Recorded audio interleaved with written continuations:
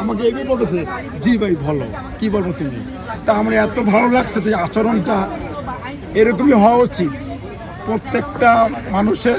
আর এরকমেরই প্রধানমন্ত্রী আমাদের বাংলাদেশের মানুষ চায় যে যে যার দ্বারা সবাই খুশি থাকবে, যার ব্যবহারে আমরা সন্তুষ্ট।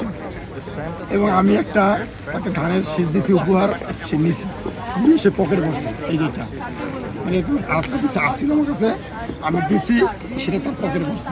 তা আমি খুব খুশি তার এই আচরণটা। আমি কি চাই বাংলাদেশের প্রধানমন্ত্রী হিসাবে। আপনার এই সাজের উদ্দেশ্যটা আসলে কি? এই সাদের উদ্দেশ্য তো ছিল সরকার পতন ছিল, টাইগার সেজে 18-19 আমি এই সাজ দিয়েছি সরকার পতনের এক দফার।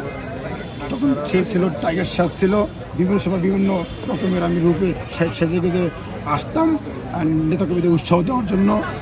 যখন মানুষ চার দোকানে বিএনপির কথা বলতে পারতো না, তখন আমি বলতাম বিএনপির কথা, এবং আমি তখন সেজে গেজে আসতাম। এটা আমার পুলিশের সামনে হলো আমার ফাইট ছিল, এটা ওপেন পুলিশের ফাইট। তখন কেউ ছিল না, তখন আমি ছিলাম, এই আমার ছেলে।